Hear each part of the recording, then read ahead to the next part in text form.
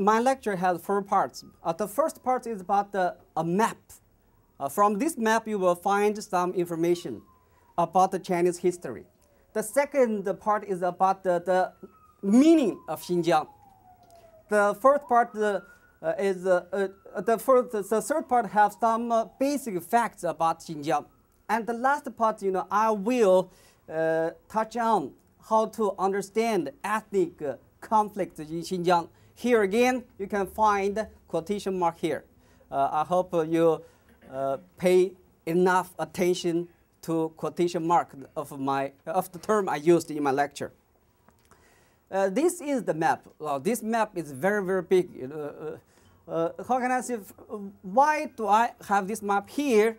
I just want you to give an idea, geographically, how Xinjiang is connected with China proper. Here it is. Here, this is how can I say, Xinjiang, and this is the Yellow River. Here the Gansu, Ningxia, and Qinghai, and here is Inner Mongolia. Why? What implication do we have from this map? I'm not asking you the question. I will answer this question by myself. Let's look at my answer. Geographically, from this map, we can find Xinjiang belongs to the same unit with other provinces of China, such as Gansu, Qinghai, Ningxia, Inner Mongolia, etc. Here, relics of the Neolithic age found in these provinces are quite similar to each other. I want to see geographically they belong to the same unit, and culturally speaking, originally they also share a lot of similarities. The first point. And also, Outer Mongolia, I must mention this point, was under the sovereignty of Qin dynasty. Due to the intervention of Russia, it declared independence in 1913. Republic of China, 中华民国, still claims it is a part of China. We can find that this is the Republic of China. There is also a quotation mark. I'm sure you can understand. Here you can find the Mongolia province, Mongolia province is a part of Republic of China. Why? I have no time to explain. I just want to see, the geographic characteristic of this part of China influence Chinese history very much in general. Also, in Northwestern particular. Here, historically, China proper, in Chinese that is the 内地, 内地, 不要说本土, 内地, in Chinese that 内地 was under the threat of nomadic people living in Mongolian plateau from time to time. Hence, I think including average Westerners know what Hans means to the Western culture in Attila. Attila is very famous. So I don't know. And Turks also, historically, not the modern Turks. Turks, what does Turks mean to Western culture? I'm sure you also understand the significance of Turks' conquest of Constantinople. Okay. Thus, Xinjiang was strategically important for the central government to fight nomadic invasion. By the way, the Great Wall was also a part of the effort. Great Wall, everybody knows the Great Wall is symbol of China. But in history, it is a little bit another different story. Here we can find that this is the symbol of Great Wall. How Great Wall. This Great Wall belonged to the Qin Empire. That is before 221 to 210. During this time, Qin Huang Emperor Qin was in his reign. Set up the Great Wall to fight against the nomadic invasion. So this issue, what issue? Security issue, involved the China government with Xi Yu continually over the past 2,200 years. The term Xiyue, it means the Western region, was used in historical record. In historical record, you can find Xiyue instead of Xinjiang.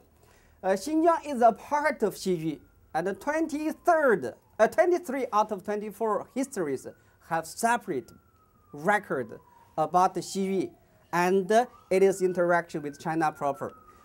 In Chinese, it means 24. I'm not sure, do you have idea about 24 or not? But anyway, that is the official history record of China. It covers a lot of issues. Okay, from 2000, not 2000, almost 3,000 or 4,000 years ago. Additionally, I also must mention the point that Xinjiang was in constant interaction with China proper, due to its pivotal position along the Silk Road. Maybe all of you know Silk Road. And also, Silk Road was created not by Chinese, by Western scholars. But anyway, because it is positioned along the Silk Road, it was in constant interaction with China. And also, long before the Silk Road, there had already existed Jade Road. In Chinese, we call it 玉石之路. Please look at the following two pictures. Have you ever seen this picture? Not. It was discovered in Yinxu, Shang Dynasty, Yinxu in Anyang, Henan. And maybe more people know this one. Do you know? No? Yeah, it is a cloth threaded by gold. This is made of jade. Let's look at the basic fact. The first jade sculpture was made 3,000 years ago. 3,000 years ago. And was discovered in Anyang, Henan province. The second jade cloth threaded by gold was made 2,000 years ago. It was discovered in Anhui province. Both artifacts were made of jade. From where? From Hetian, Xinjiang. Imagine, you see, artifacts, more than 3,000 years ago, they were introduced from Hetian to China proper. So Hetian jade is still a very big business in Xinjiang. When you go to Urumqi, you can find a lot of stores selling jade wares. Okay. This one, have you ever seen this one? Oh, I'm so sorry. You see, I love Xinjiang history so much.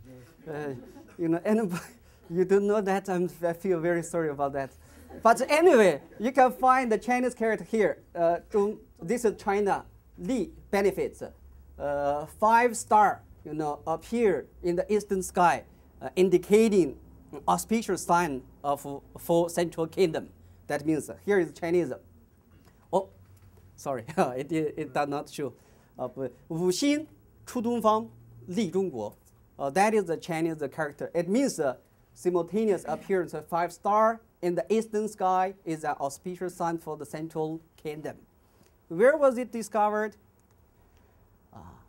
It was discovered in Xinjiang, Hetian, in 1995. In 1995. From the above two aspects, you see, we can see for sure there is nothing new in terms of Xinjiang, and it is a connection with China proper.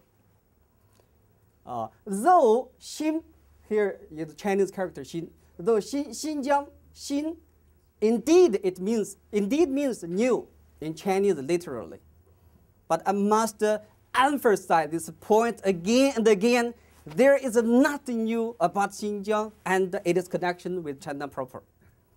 I hope you remember this fact. Yes, the second part, I'm going to tell you something, in the second part of my lecture. Title is, does Xinjiang mean new frontier? Yes, of course. Because Xinjiang literally, really, it means new frontier or new dominion. No problem. But, we should not understand everything literally. Sometimes we need add something more to some certain terms. Here, exactly the good case is, a case in point is Xinjiang. Historically, no, it does not mean new frontier at all. It means newly reasserted dominion. During the reign of Qianlong Emperor, he was a king, not king, emperor from 1735 to 1795. There was Xinjiang's plural form of Xinjiang in China, in Yunnan, in Guizhou, and in Xizhi. In order to highlight his own achievement, he used Xinjiang to refer to newly reasserted dominion in his reign vis-a-vis previous Emperor Kangxi and Yunzheng. The term Xiyue Xinjiang was created. To what? To do what? To refer to today's Xinjiang when people needed differentiate different Xinjiangs. When you see Xinjiang, today's Xinjiang, you will say, oh, Xiyue Xinjiang. People will understand, oh, yeah, you mean the northwestern part of China. That is not the southwestern part of China. Okay. So this is the meaning of Xinjiang with the historical dimension. But if you want to understand it correctly, you mustn't forget it is a historical dimension of Xinjiang. In 1820, Emperor Daoguang, it was the first year of his reign, designated Xinjiang to name Xiyue Xinjiang. However, Xiyue was still widely used. In 1884, Xinjiang province was established. Since then, Xinjiang became the official name of the region. During the reign of Qianlong Emperor, this is the point I must emphasize again and again. Xinjiang was almost about 25% larger than it is current area today. Russia and Britain were held responsible for the annexation of 25% of original area of Xinjiang. That is about the half a million square kilometers. Half a million kilometers. So much for the meaning of Xinjiang. I hope all of you remember when you talk about Xinjiang, never see it as a new frontier. Newly reasserted dominion. It's more difficult, it's more time consuming, but it's more correct. Okay. And the third part, I will list some basic facts about Xinjiang history. The first is since New Stone Age, Old Stone Age, nothing have been found in Xinjiang. So we usually start Xinjiang history from it is a New Stone Age. Xinjiang has been inhabited by various peoples in terms of language, livelihood, religion, and even race. Marco Polo, he was in Yunnan in China. That is about the 13th century. I mentioned his name because Western people know him better. So I just want to, how can I say, make a quick connection between you and my lecture. In the travel of Marco Polo, not was written by him, written by others, but it was dictated by himself. You can find his detailed description about the Xinjiang resident. I strongly recommend you to spend some time reading this book. Here, the title of this is a mummy. But the title of this mummy is the Lowland Beauty. Is she beautiful? I think it's hard to say. It's hard to see, because it's mummy. You see, so but anyway, everybody knows in China. In China, everybody knows Lowland Beauty, Lowland 美女. She's very famous, very famous. And this mummy was excavated in Xinjiang in 1980. And reportedly, it has a history for 3,800 years. And also racially, we are very sure that she was a Caucasian. That means the earlier inhabitants, the majority of earlier inhabitants in Xinjiang, they were racially Caucasian. They were racially Caucasian. I am almost sure that she does not speak Uyghur language.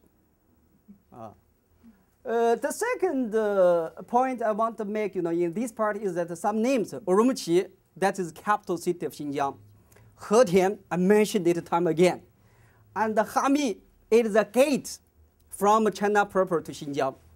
And Kurle, it is the gate to southern Xinjiang. And Kuche, it is a very famous ancient city. And Tulufan, I needed to mention that. Do I need to mention it? No, okay. Are not Uyghur language. All of these places' names are not Uyghur language. And also, but Uyghur use these places' name with corrupted pronunciation. For example, Urumqi, Hoten, or Kumul, or Kurla, or Kucha, or Turpan. But anyway, they are from the language of earlier inhabitants with different ethnicities. This fact is very important because it indicates how complex is Xinjiang history is. Also, I must mention that in Xinjiang you can find some places that have bilingual name. Uyghur have a name, and the Chinese also have its name. For example, Tachen belongs to Yili Qu. In Uyghur, it is called Chuchek. Shakshe, that is Chinese Uyghur Yerkan. Luntai Uyghur Bigur. And Yanqi Uyghur Karshihar. Anyway, Shanshan is the Pijiang in Uyghur language. But anyway, they are used, you see. In Chinese, they see this. The Uyghur language sees that, but they refer to the same place. It indicates the complex history of Xinjiang. Some names are just transliteration of Chinese. For example, Wusu. In Xinjiang, a very famous brand of beer. We call it Wusu beer. Wusu actually is the name of a place. But in Uyghur language, they say Xihu, West Lake. Xihu, in Chinese, that means West Lake. Also, another Guchen. Guchen, in Uyghur, it's Guchen. Actually, it is Qitai. Suidun, Uyghur is Suidun. In Chinese, we call it Huocheng. But interestingly, these names are outdated in Chinese, but are still kept in Uyghur language. Suidin, Suidi, Guchen, Guchen. We have Guchen Daqu, Guchen Akho, and also Xihu, we call it Wusu. So let's go on. The number C of this part, I will emphasize the central government of the Han Dynasty. BC, look at BC, 2,200 years ago, established its governing entity in Xinjiang. In 60 BC, we call it Xiyu Du Hufu. In Chinese, we call it Xiyu Du Hufu. Two princes from a royal family were married to local chiefs in Xinjiang. Maybe there was no love, but maybe there were. We are not sure. But anyway, marriage, it's a very important. It had a very important political function in the history. And the D is the former Liang Kingdom. It established a provincial government in Tulufan of Xinjiang in 327 AD. That is called Gaochang-jun. Just like Los Angeles County. It had the same administrative structure as other parts of kingdom, whose capital was in Wuwei of Gansu. Tulufan, it had the same administrative structure as other parts of this kingdom did. Yi is central government of Tang Dynasty. It lasted from 618 to 907. Established governing entity Anxi Du Hufu in southern Xinjiang, Beiting Du Hufu in northern Xinjiang. One is Taizong, Tang Taizong. another is Wu Zetian. This emperor, one is emperor, another is the empress, woman emperor.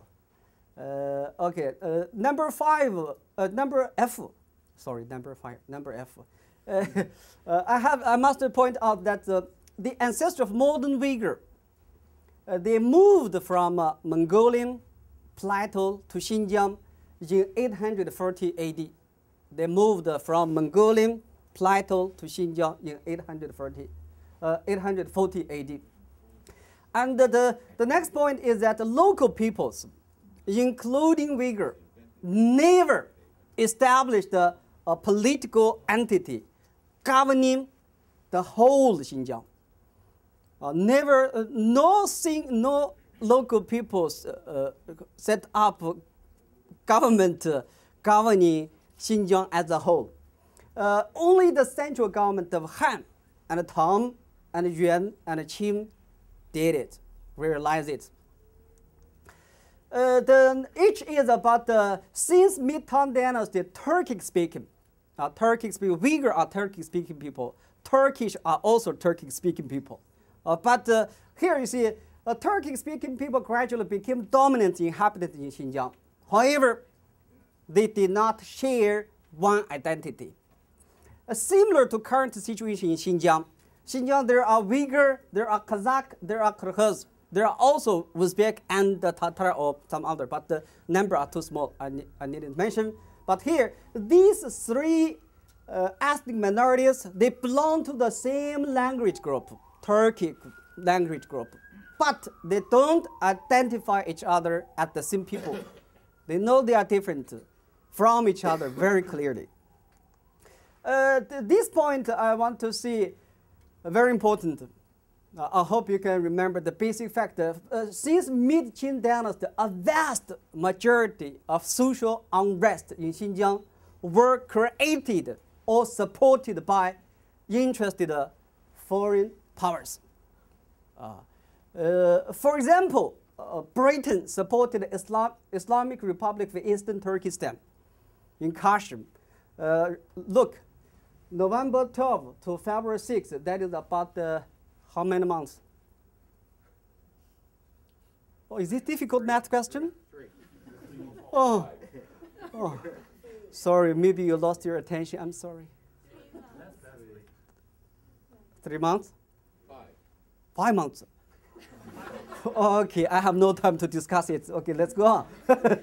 Okay, anyway, this is the Republic of Eastern Turkestan. People always say, for this is about 5 years. But I think that is not very exactly. But anyway, only minor part of Xinjiang ever under occupation of these 2 illegal republics. It's illegal because no central government recognizes it, so it's illegal. Here, this paragraph, I took it from a scholar's paper. His name is Nicholas Becklin, yeah. His paper's name, he or her, is Xinjiang in the 90s. Yeah, here I do not, see very exactly. Look, so many unrest have occurred in Xinjiang. You can, from this paragraph, you will see how terrible ethnic relationship was in Xinjiang. But is that true? No, not at all. It does not reflect the historical facts. Look, 1815, 1820, 28, 62, 65, okay, no time. All of them were created by foreign invaders from Central Asia. At that time, in Chinese, we call it Haohan Kingdom. He came from here, this guy. His name is Yakub Bek. He is from Uzbekistan. He is Uzbekistan in terms of ethnicity. He came to Xinjiang and he supported a religious leader, to come to Xinjiang and want to get some money. As a matter of fact, he got a lot of money. But in the meantime, he brought a lot of problems to Xinjiang local peoples. But from his writing, you will see, oh, you will be misled 100%, I am sure. So I don't know, it's time for me to touch on the last part. Maybe a little more time will be spent on this point, but I want to make sure I have... You have plenty of time. 20 minutes? Okay, good. Okay, okay. This part is very important for me because from this part, part 1, part 2, part 3, I give you the background. For me, I think without the background I mentioned in part 1, part 2, part 3, you will never have a possibility to understand Xinjiang history objectively. So, how do I understand the social rights in Xinjiang? This part also breaks down into 3 parts. Actually, it includes 2 questions and 1 statement. The first question, why do I think the term of ethnic conflict is misleading? The second question is why social rights instead of ethnic conflict? That means why do I prefer to use social rights instead of ethnic conflict to describe situation in Xinjiang? And the last is my statement. I hope this is the most important point I want to make today. If when you are leaving the room with this statement in your mind, I will be very satisfied. Okay. Here, I need to spend a little bit time about the translation of social rights. Because you see, how can I say, sometimes if you translate Chinese exactly, literally to English, you will find maybe English people will not understand very well. So I must point out the social rights in Chinese, I use the term 社会群体性事件. It is difficult to find social collective incidents. Does it make any sense to you? To English? Mass incidents. Mass incidents. That's the usual translation. Does it make sense to foreign to English people? Yeah. Okay. I'll need the, okay. Good. Thank you very much. Thank you very much. Because I try to make it sense to the English audience, so I use the social rights. But in Chinese, it is 社会群体性事件. Be sure, please do not make a mistake between this one. 社会群体事件. This is my keyword. Okay, let's go on. Now, why do I have 2 reasons. I think this word is misleading. The first is ethnic conflict shows a clear ethnic line between group A and group B. It has a connotation maybe not very good. It has a connotation that group A and group B are in conflicts.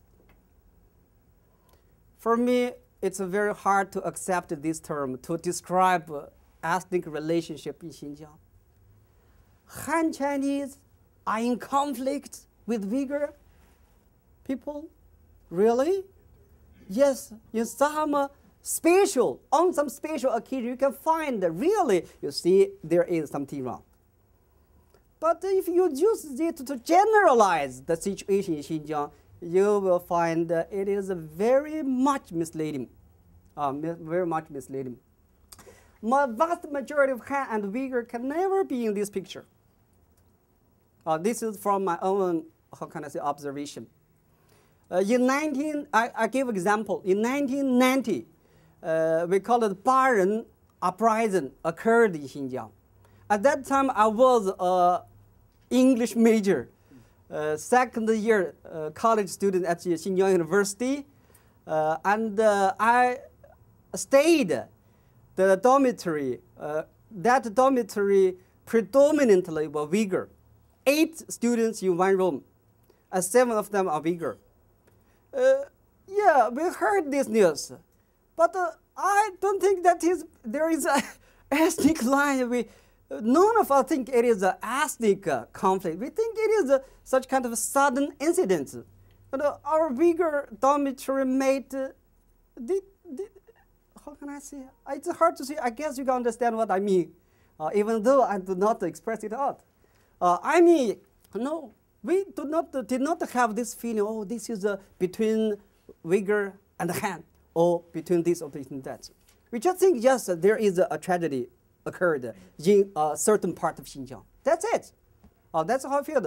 Not only 1990, 95, 97, also. I have, because my classmate were mixed. In my classroom, about 50% of students are minorities in Xinjiang, including me. I'm also minority in Xinjiang.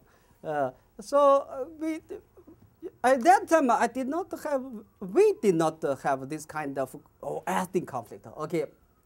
The second reason I want to explain is about the causes of ethnic conflicts. I think when you mention the ethnic, it has something to do with ethnic culture. Usually, cultural identity, such as language, such as religion, such as customs, so on and so forth. In these regards, however, you can find Uyghur have a very different story. This story is not told by me. It was told by a scholar from Hong Kong, Hong Kong Baptist University. His name is Herbert Yi. He conducted a survey in 2000 and 2001 in Xinjiang, a questionnaire, asked a Uyghur to fill out the survey, and a lot of questions have to be answered in his survey. Here I omitted Han. I just list the Uyghur because Uyghur should be paid more attention to. Here you go. Are you proud of being a Chinese citizen? 87.1. I think I needn't to see anything more. Well, wait a minute. Was this survey in Mandarin? Yes. Sorry. Is it possible that they felt under a great deal of pressure? Yes, yes. Herbert, you mentioned this point. They think maybe a special situation exists in Xinjiang. Maybe Uyghur people, they politically correct. They think, oh, we'd better answer choose this instead of choose that. But this is your survey. You did it, and you found it is not satisfactory to you. Then you want to change the result. Is that scientific attitude to what you've done? I don't think so. That's why I still use this. And more importantly, I think from my own personal observation and understanding, it is maybe not as high as this one, but it cannot be to 50 or 60. The second question is about has Xinjiang been part of China since ancient times? It is about 85% of Uyghur respondents. Respondents say yes, strongly agree, or agree. The table 3 is about has the policy of religious freedom being properly implemented in Xinjiang. About 73% of Uyghur respondents say, yeah, good or very good. And there are around 23,000 mosques in Xinjiang. No Muslim, no Islamic cleric have involved in any kind of rights so far in Xinjiang. Table 4 it is about Chinese language, not Uyghur language. You can find willingness. Are you willing to learn Chinese language? Yeah, 89% of Uyghurs say we are willing to learn Chinese language.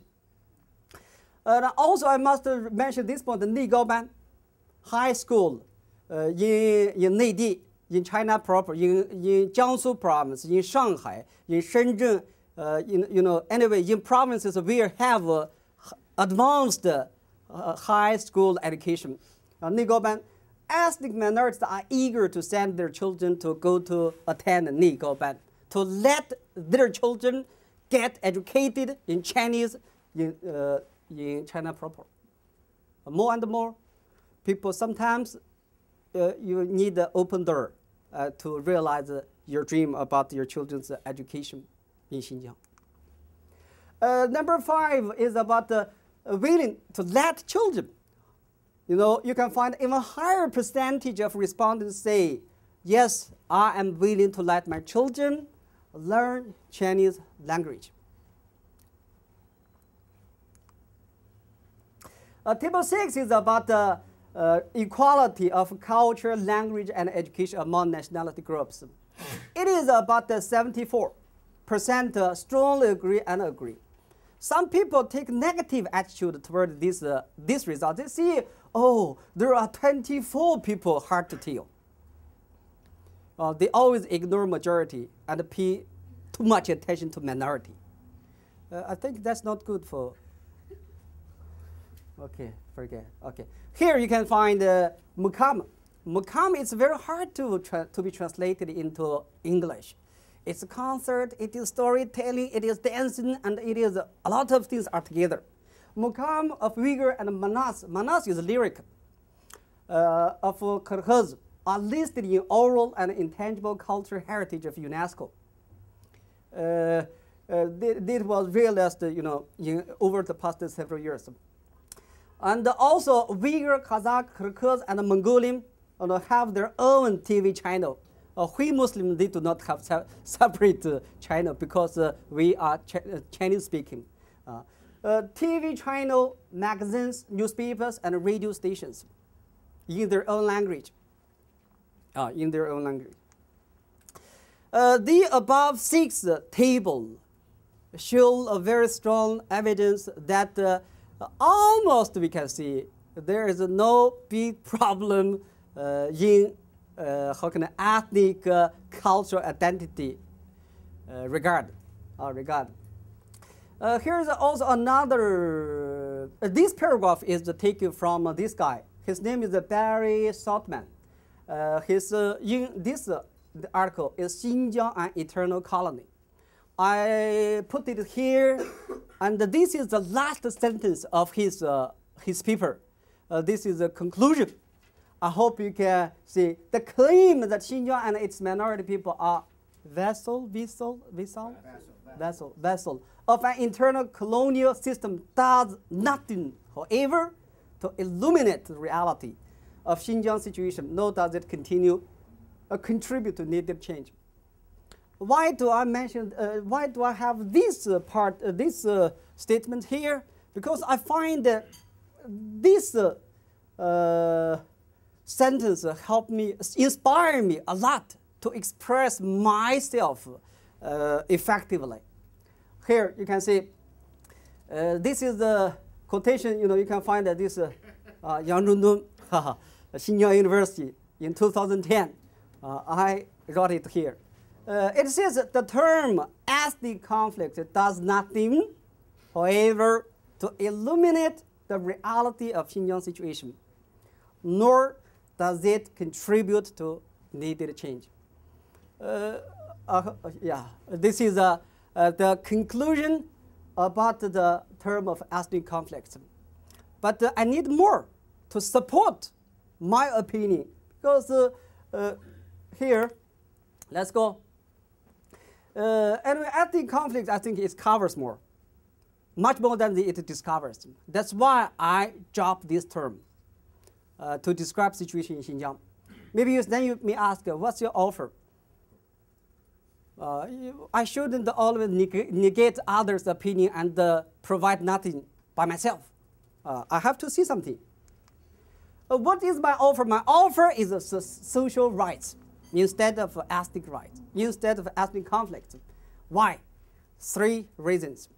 First one is the incidents occurring in Xinjiang fall into the category of social rights, 社会群体性事件, defined by Yu Jianrong. He is the first-class expert in the field of social rights study. I don't know how to say in Chinese, but anyway, 有点拉大旗做虎皮，找一个知名学者， to make use of statements by a very famous scholar to support myself. I hope you can understand me. Okay. His definition and his first class and from Chinese Academy of Social Science. CESS is the most important academic institution in China. And secondly, the incidents occurring in Xinjiang take on the characteristics specified by Yu Jianrong. Not only definition, also the characteristic of social rights. And thirdly, the more important, I think, the societal causes of social rights. He put forward, I think some societal causes can also be applied to the incidents in Xinjiang. Because I have no time to introduce how you analyze the causes. But if you are interested, I can provide the material after the speech, the lecture, such as the widening income gap between the rich and the poor. This is more important, city resident and the rural farmers, because this is the income widening gap. A lot of reasons. One of them is this one. Here you can find a graph created by this famous scholar. Here, this is the social rights in China from 1993 to 2006. You can find the number. This is the 90,000. Here, only 8,709. Social rights have increased sharply, dramatically from 1993 to 2006. This is China in general. I will mention the point, income gap. One exception is that the income gap between city residents and the rural farmers in Xinjiang, it takes on the ethnic color. Why? Because Uyghur and some other ethnic minorities have much higher percentage of their population in the rural area. Now we have the same problem, but we have this problem with ethnic color in Xinjiang. And if you challenge me for this point, ethnic, because ethnic background, so their fortune are not distributed evenly. Yes, but here is another term I created by myself. It says a longer term, social rights with the ethnic color. I was influenced by socialism, market-oriented economy with the socialist characteristic. 叫什么有中国特色的市场经济。I was inspired by this term, so I created this one: social rights with the ethnic color. This is a worthy term for description of Xinjiang situation. In my opinion, though this term sounds a little bit wordy or too long, not brief, not concise, but anyway, it is still much more revealing than ethnic conflict is. This is the point I want to make.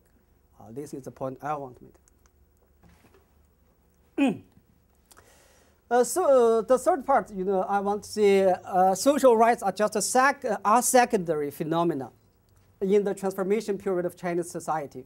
China gained tremendous achievements over the past 30 years. It is in a period of rapid and fundamental transformation. Social rights are secondary phenomena in this grand picture.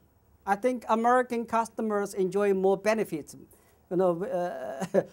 from the development in China. Some Chinese people suffer from kind of, drawbacks of our development. But anyway, I want to mention this point. Even in the well-developed Western countries, social rights Western countries are confronted with social rights, no and then. Here, Los Angeles rights in 1992. This year, I graduated from university as an English major in 1992. I remember these events very, very deeply. I knew, many years ago. And after I came here, I learned some more. Paris rights in 2005. And Greece rights in 2008. Here I must mention that by saying so, I don't justify. I don't justify social rights in China. I just want to see that the social management is not easy work for any government. This is my point. The central and the regional governments have been working hard to improve the situation in Xinjiang. Xinjiang is developing more quickly than many provinces in China proper. This is also a fact. Maybe you see, Teacher Yang, you omitted some other facts. And I need to emphasize some. And if you like, you can discover them, others, as you like. This is the Islamic center, maybe it would be Islamic center near Ground Zero. Why do I have this one?